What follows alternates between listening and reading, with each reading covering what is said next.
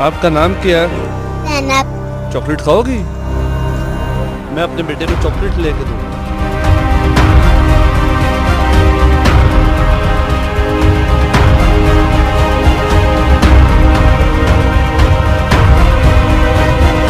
रुकिए, वो शख्स जिस तरह उस बच्ची से बात कर रहा था यकीनन उसके लिए अजनबी था, मगर आप देखते रहे, रोका नहीं, पूछा नहीं। क्यों? क्योंकि वो आपकी अपनी बेटी नहीं थी।